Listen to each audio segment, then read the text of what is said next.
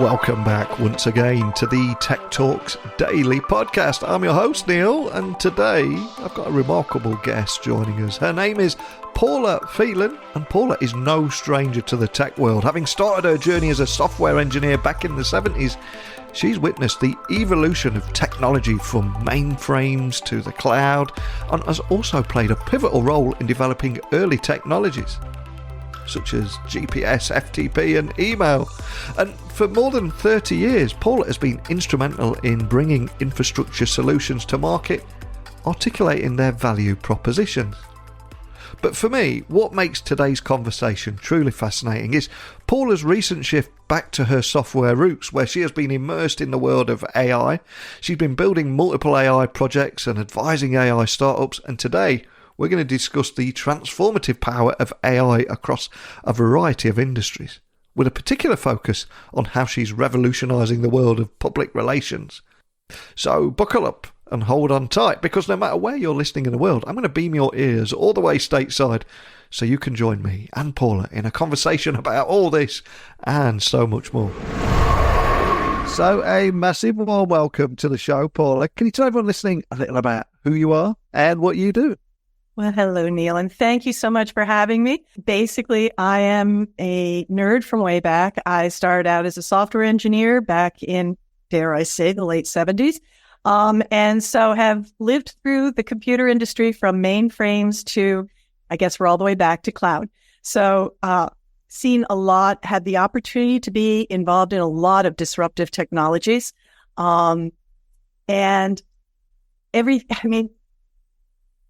I always feel like it sounds like bragging, and I don't mean it to sound that way because I was nobody important. But I worked in Harvard on GPS. I worked at MIT on FTP and email. So watching the industry evolve from these really basic elements all the way to where we are now in AI. And it really was AI that has changed my mind and where I move forward in the future. I've been in the industry, like I said, for a very long time. For the last 30 years, have been working with companies and helping bring technologies, mostly infrastructure solutions, to the market, and helping technologists be able to clearly articulate what it is they were offering and turning that into a value proposition that actually helped industries. So been doing that for a long time and had about 150 companies who found successful exits. And that's sort of been my ushering into the world.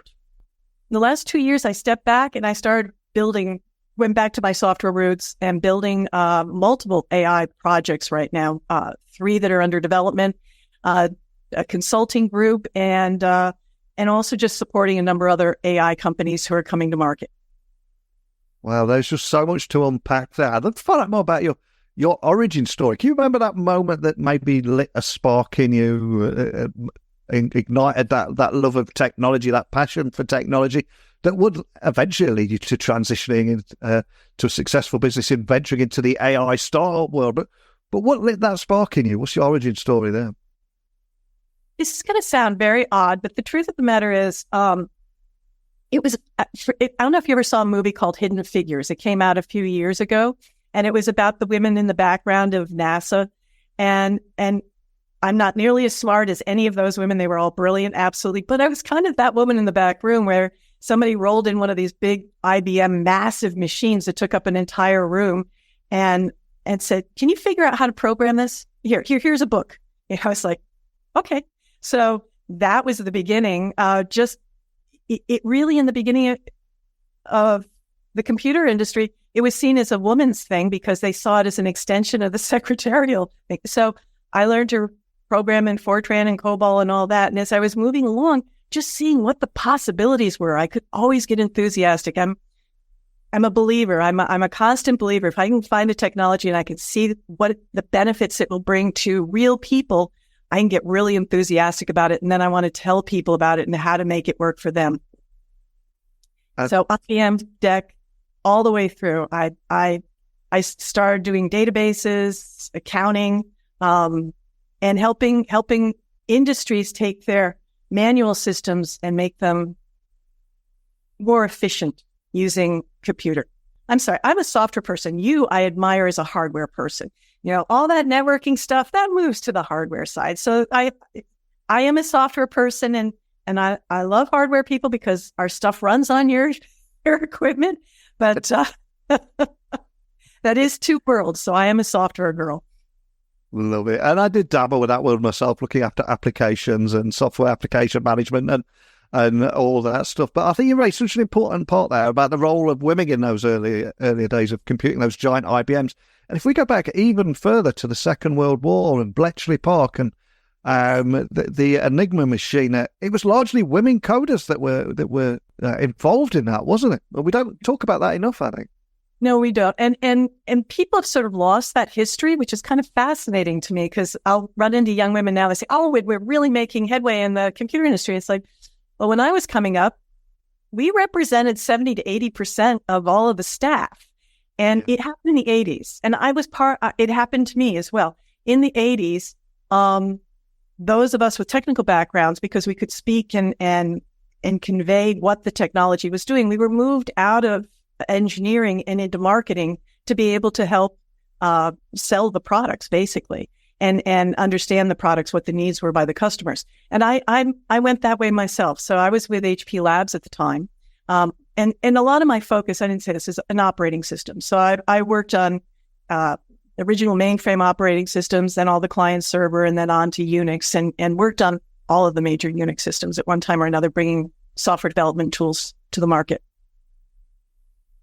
And fast forward to 2024, obviously you've now ventured into an AI startup world. And I'm curious, we've both seen so much throughout our careers and how technology has evolved and changed. And it's great to have been a part of that whole journey, really. But what was it that inspired you to transition into this field? And how did your experience building up to this, how has that lended to your approach in AI as well?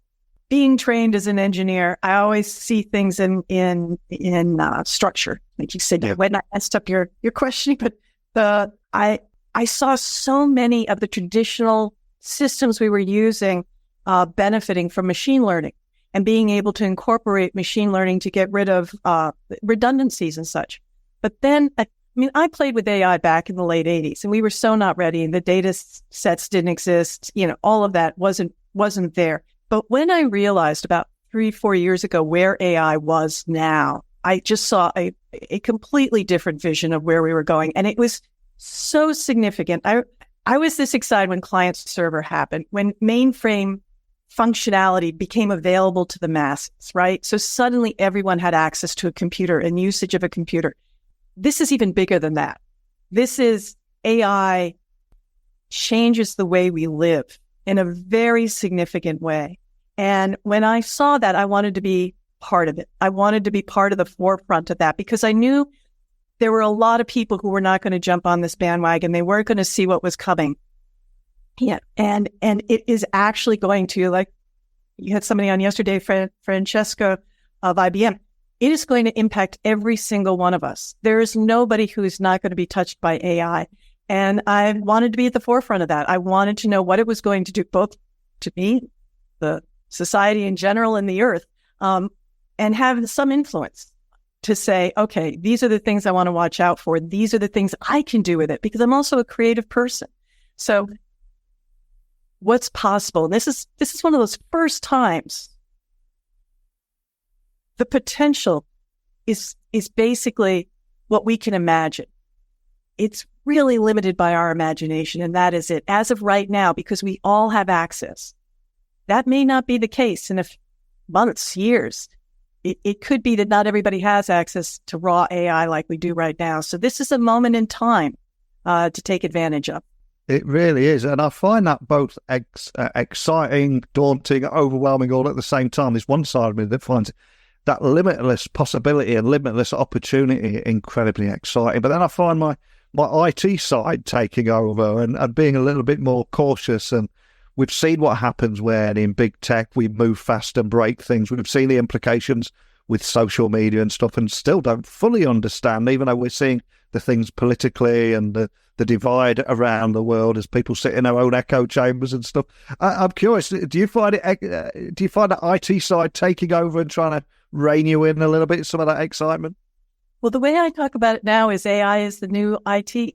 Yeah. So it is it is going to replace a lot of what we think of as IT right now in terms of the connectivity. But because AI is so new, it throws me all the way back to the beginning days. I mean, I started out as a systems analyst, and all that means is you fix bugs every time somebody, rolls over a new version. Everything breaks, and you have to go back and fix everything. Well, that's what AI is going to be for years to come, because I've never seen a product change this fast. I mean, from week to week, you see changes in AI, and it's like, wow, how as an IT person, how as a software developer who has a real product, how do you keep up with that? If you're going to be integrating into AI, how do you keep up with it when it's going to be breaking all the time? That's a fascinating issue. And it means all of us have jobs. Those who wish to continue having jobs for the next 20 years, we all will have jobs, because this is going to keep happening over and over again.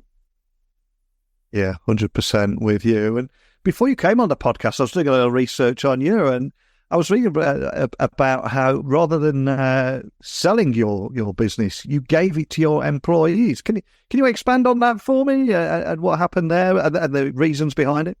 Well, it's not a typical Silicon Valley thing, that's for sure. No, we crafted an amazing organization of traditional PR. And the way I think of it, I was watching a Gilded Age type show. We're really at that Gilded Age right now where things are going to change dramatically. And so, right in traditional PR, it's like you're creating a custom outfit, right? Somebody's sewing it for you, very specific to your messaging and your desires. But what's going to happen with AI, we're going to have manufactured outfits. It's going to be able to reduce a lot of the time. And like a manufactured piece of clothes, it won't have the detail that something custom might, but it's going to be good enough, 85% of the way there. So there's still a place for that legacy, that real high quality legacy. And I wanted my team, many of whom had been with me for as much as 20 years, to be able to continue maintaining that legacy of quality, traditional PR. And so think of it as a really nice pension to go along with that. And I knew that they could continue in that vein. But at the same time, where I was going was the Wild West. Who knows what's going to happen here? And it would require people to really change how they're doing their work from a day-to-day basis. So I wandered off and started doing this. And already, this is funny, already the value. I can reach globally now in a way I never could before, and reduce the cost by almost half, right? So there's this incredible cost savings, and it's all based on AI at the end of the day. And I'm so glad you mentioned that, because there will be people listening from all over the world, and they'll be hearing about AI constantly on their news feeds and thinking, I'm sick of hearing about AI. How's it going to make my life better? How's it going to make my business better? What business value is it going to help me with? What problems does it solve with? And obviously you give some great examples there. And if we take public relations, PR, for example, how do you envision AR transforming traditional business practices? Is there anything you can share just to bring all that to life? Of course. Intelligent relations is a great example of this. So basically, and this was something I had been working on originally, and we hooked up. And so I became an advisor and fractional COO. That the very fact that you can, I can imagine you probably get hundreds, if not thousands, of emails a day. Everybody wants you, Neil, right? Right. So this is the concept. Rather than you getting hundreds and thousands, what if you just got 10 or 20 a day, and they were all exactly who you wanted to talk to and about things that you were interested in? That's the difference. Up until now, you would have these really talented, custom, traditional PR folks who all had that knowledge in their head. They would know you. They would know you were at CES. They would know what you care about, all of that. Well, now we can eliminate it, but they would still send out, I confess, we still sent out emails to people we were testing, right? Would you be interested in this? Well, it kind of eliminates some of that, right? It says, okay, using AI, you say, this is what they've been writing about. AI knows. This is who they're interviewing. This is what they care. Yes, you are a perfect fit. And let's reach out and say, this is why you're a perfect fit. And And the PR people never had to do that. This is all part of the platform. It understands what is trying to be conveyed and who it should be conveyed to and reaches those right people. It changes the world. Everything I just described, let's say one person, that's a 2-hour project, just got reduced to 10 minutes, 5 minutes maybe.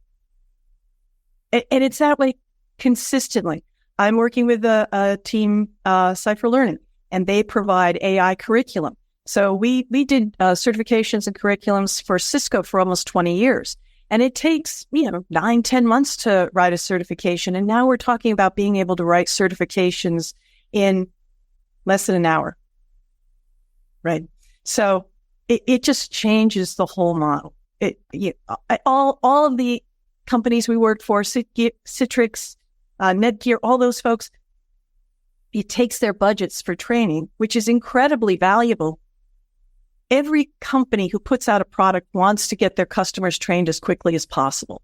This is what stops them from being able to do upgrades and continue on their evolving their product lines. If you can get training to people faster and in ways that they want, so including gamification and all of those elements, then that brings the company up faster. Gets people using the products faster and understanding their value faster. And then, of course, you can upsell them later because now they've actually used their product and they can go on to the next thing. Right? So that is one of the things AI brings with it, the ability to help customers leverage the technology they've already bought. Yeah, it certainly transformed my workflow as well. Even this podcast call we're having today, I have there's a tool called Fathom AI, which plugs into our conversation. It will transcribe it. It will even give all the key takeaways from the interview, which makes it easier for me to create social posts and promote the episode afterwards, all with minimal effort from myself. And we are recording this a week after CES, which is another event that I have a love-hate relationship with. I think last week it was AI everywhere in kettles, washing machines, toasters, vacuums. But there was also a side note of somebody having a washing machine, a smart washing machine that was online, but turning over something like 4 gig a day in data. So I'm curious. So there were so many opportunities and challenges, but what challenges do you anticipate facing in the AI startup world, and how do you plan to tackle them and overcome them to secure those opportunities? I see 2 right away.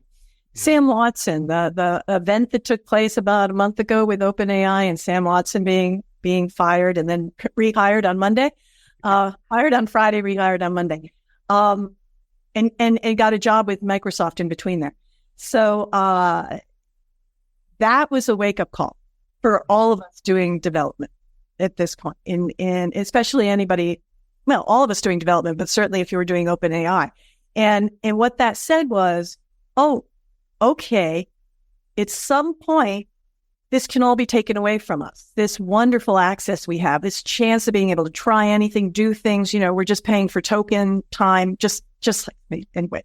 And that's, but at some point, and this is a worry I have, if I was concerned, bias most certainly, but this could turn into a real caste system where if the AI, all of the people who are currently offering AI solutions, meaning Google platforms, start charging exorbitant rates that only corporations can afford, which is where I anticipate this going, right? So you're going to have a high level, and then you have access to everything and all the most powerful tools. And then you'll have a medium level for smaller businesses.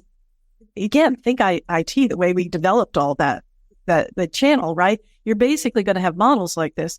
So then the regular folk are going to have a much lighter version to work with, but they're not going to have access to the same information. And they also won't have the same level of bias understanding that someone at the corporate level will have. So that worries me. And I think a bunch of us who are in the middle of developing tools are kind of moving fast because who knows when that's going to happen. Let me give you another example, DALL-E, right? So I check with DALL-E on a regular basis, and something massive happened about a month ago where it's so much better. So much better.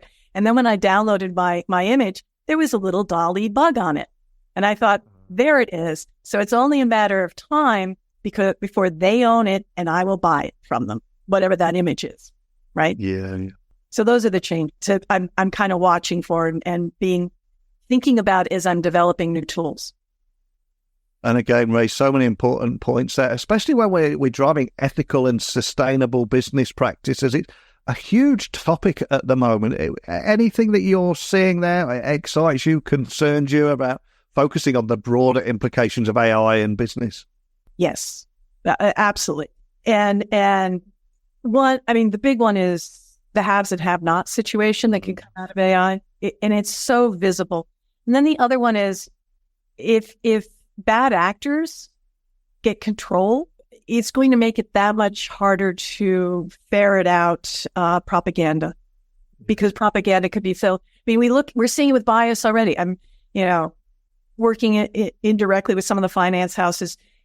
All of that old data that's getting poured into the financial models have a lot of bias already built in because it was in there for years and years, and it's just being pulled forward from the past, right? Redlining, zoning for loans for minorities, things like that.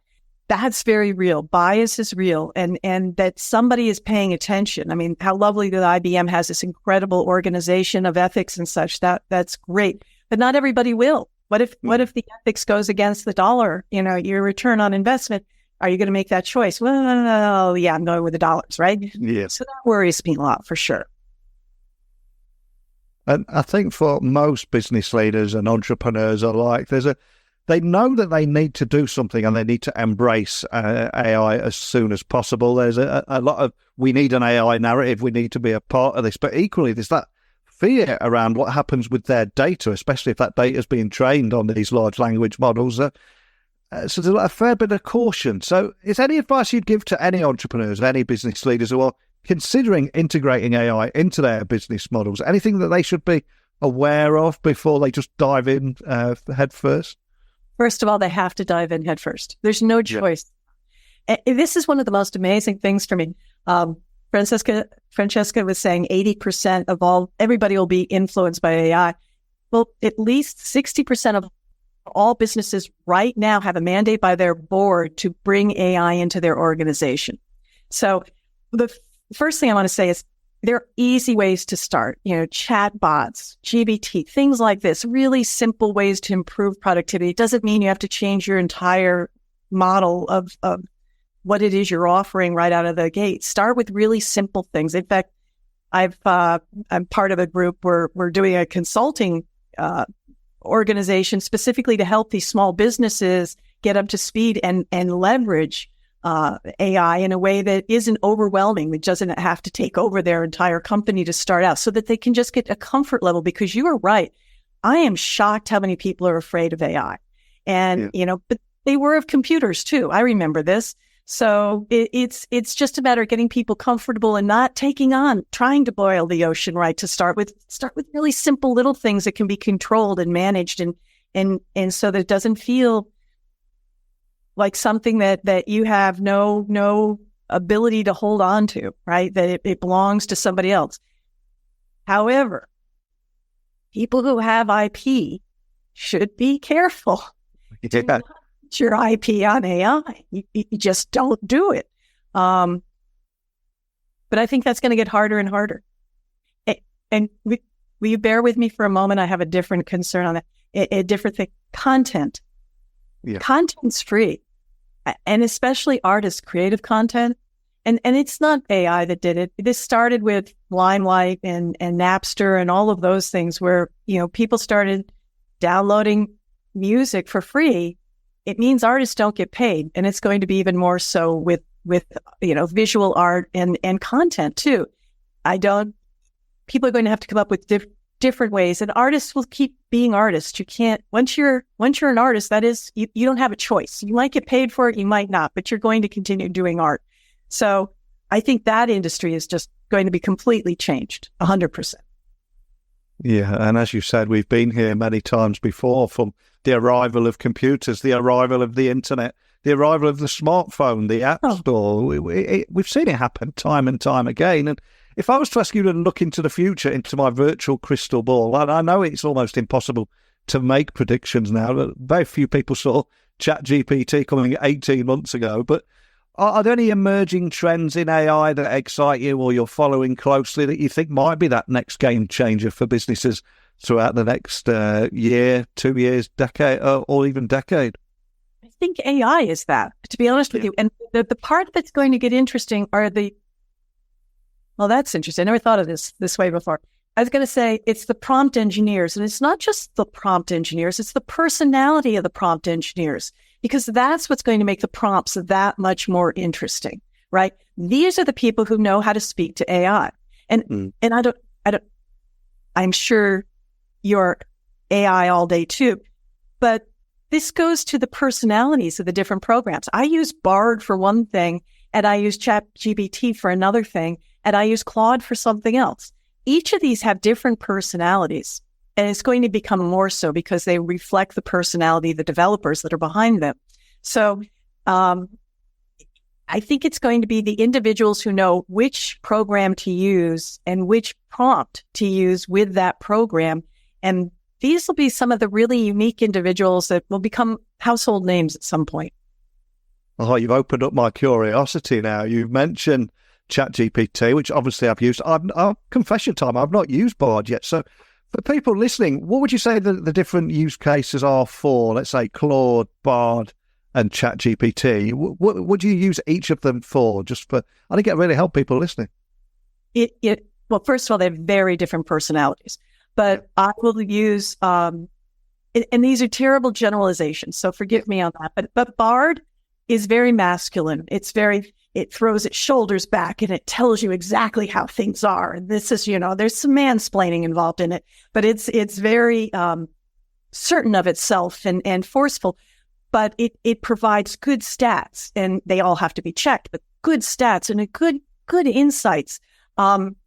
ChatGPT has a much more feminine side to it. It has more of a feeling side. You can talk to it about, if I use this technology and this technology, what is the reaction of the user going to be once they experience it? It can answer that question. Bard is looking more at, again, gross generalizations, at the interactions between the technologies versus how the person is going to feel. Chat, when I'm writing things about that reflect emotion, or feelings, I'm always going to chat first. And Claude, I'm not as familiar with. I don't spend as much time with it, but it's all of my educational type informative information. It does a great job on that side, and educational research I use there. That's interesting because, of course, one of the biggest problems that a lot of people are talking about are those hallucinations. If you're wanting to search for facts that you need to be sure of it, have you noticed that hallucinations are more common on one platform than the other, or is it a very hit and miss right across? Well, this goes back to what I was saying. Trying to program leveraging APIs to AI is going to be so challenging. So last month, hallucinations got better on a couple of the platforms. And I was like, but I know not to expect it's going to get bad again next month. It's just where they are in the development cycle. Somebody addressed some of the basic hallucinations. I think hallucinations are a good thing. I know that sounds crazy, but the reason I think they're a good thing is it makes people actually look at the output. Yeah. And that is a worry I have around AI, that people let people get lazy and, oh, look, I just printed this from ChatGPT. I'm going to submit that, whatever it is, whatever it says. But as long as you know it's hallucinating, you better look at it to make sure it's correct. So I think hallucinations are not all a bad thing. Yeah. And another problem, I think, what I was reading about recently was that lazy comment you made there. If people do get lazy, let's say a company gets lazy and thinks, oh, I'm just going to write my next 30 business blogs for the month, all using one of these tools. And of course, Google, that populates the search engine, that uses AI too. And that's going to be able to identify, hey, this is just AI garbage generated content with zero human stuff. Does that bother you at all? Do you use any checkers and things like that? Again, I think even Sam Altman said that a lot of the checkers don't really work at the moment. But any thoughts on that? One of the things, and I have never asked this question of other people who are immersed in AI on a daily basis. Once you're used to it and you spend time with it, you can tell. You don't need a checker. You go, yeah, that's AI written. So it has a flavor. So that's interesting. Bard, ChatGPT, I've said, have personalities. That personality comes out in their writing. And hence, when they wrote it versus if I wrote it. And it also, it doesn't know where to put the insights. That's interesting. I thought about that either. So it can give you a lot of data, but you have to create the insight. If you ask it to create the insight, it often will be wrong because it just doesn't at this time, and it could in the future, by the way, it doesn't have all the data points to bring in together to say, this is the insight based on this information that you've just presented me. So it will. I'm actually working on an application that'll do that right now. Oh, it sounds like we need to get you back on later in the year, find out more about that application. But before I let you go, I want to have a bit of fun with you now. I'm going to do something a little bit different. I've been talking to you, asking you 101 questions. Anything you'd like to ask me? Put the microphone in front of me. Anything you'd like to ask me today? Absolutely. So because I really do, we look at the world, hardware people and software people look at the world slightly different. What does AI mean to you as somebody who's focused so much in networking over the years? What do you think about it? And how do you think it's going to impact IT? Well, you see, I'm an IT guy. The whole reason I started writing and started recording these podcasts every day was to try and demystify a lot of the technical terms, because my life in IT was in application management and continuous service improvement and all that kind of stuff, all that boring IT management stuff. And I was sat in so many different IT meetings with multiple stakeholders from all around the business, from HR to finance, etc.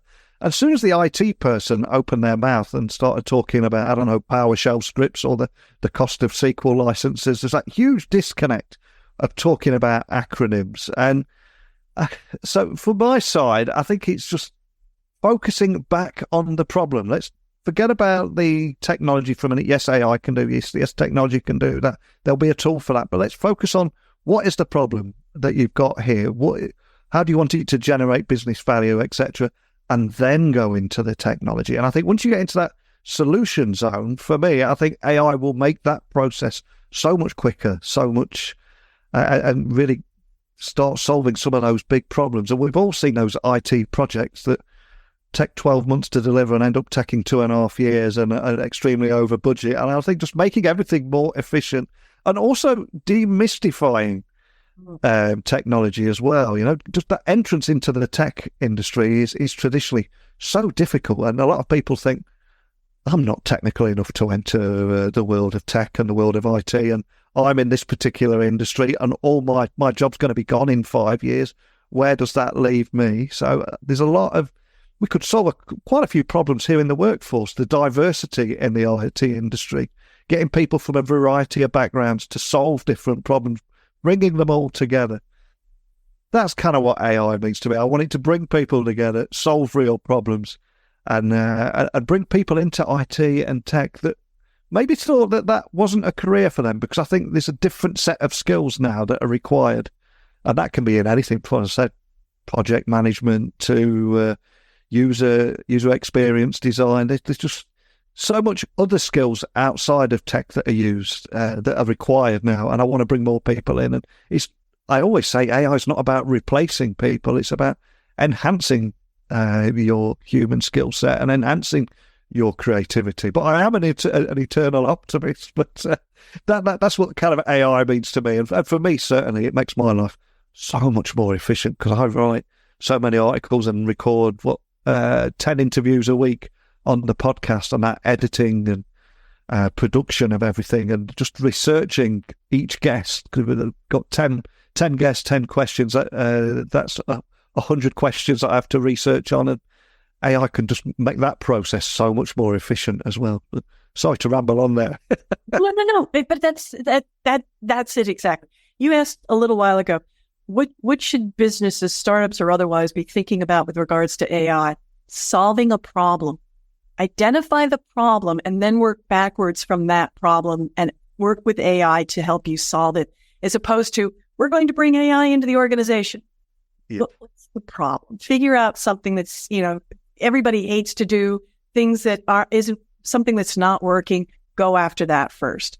But I agree with you on the AI accessibility thing.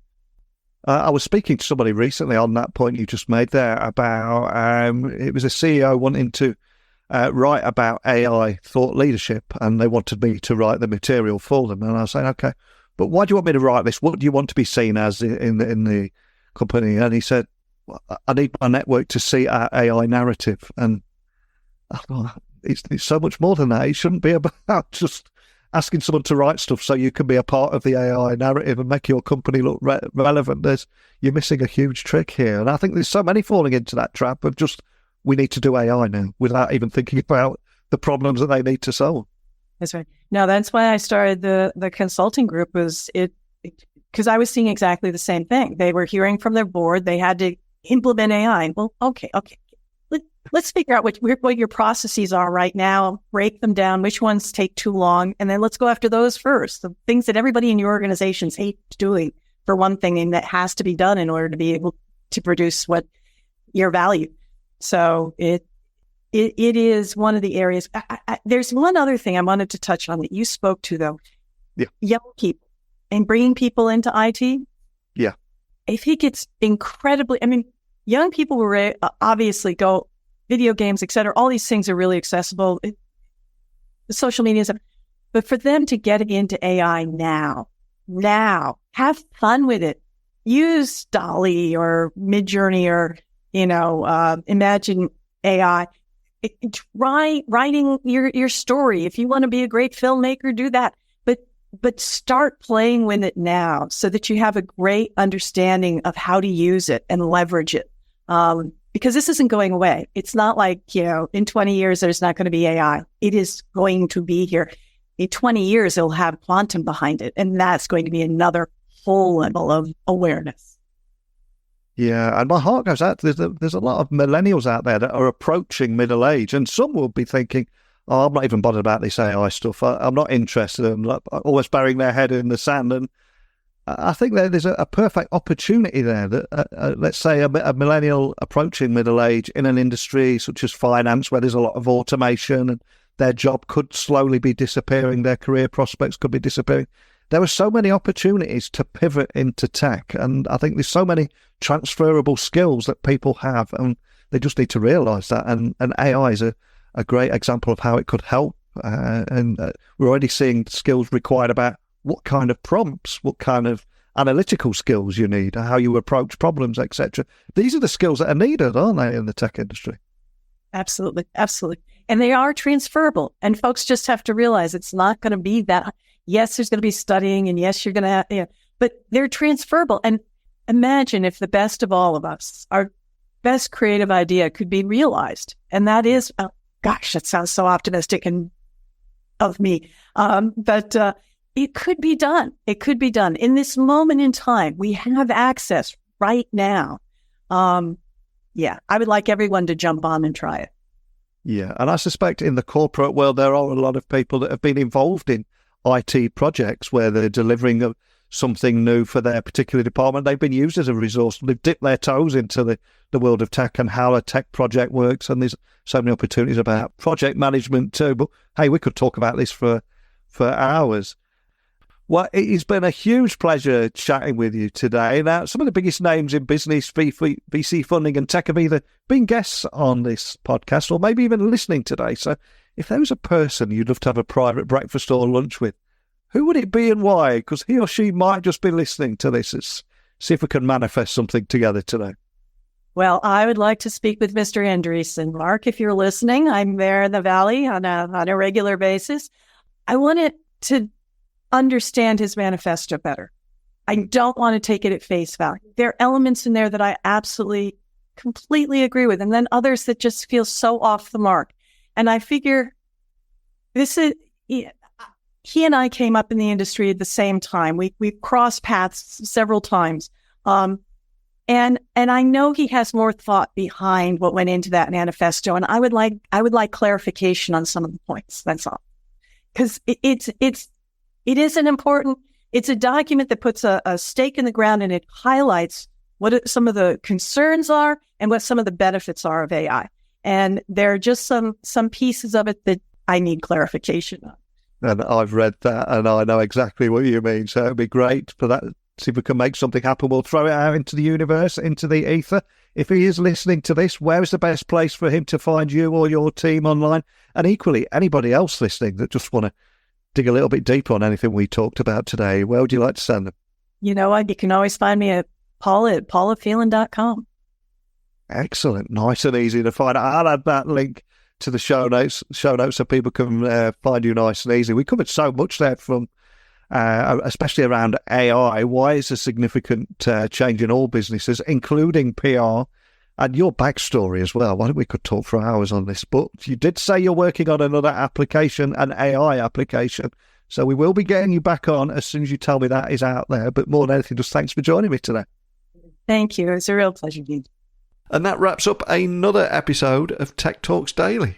And today we explored the world of AI with Paula and took time to dive deep into its transformative potential and the challenges and opportunities that it presents. And I think as we navigate this AI-driven future, I think it's important to remember that thoughtful integration and ethical considerations are paramount.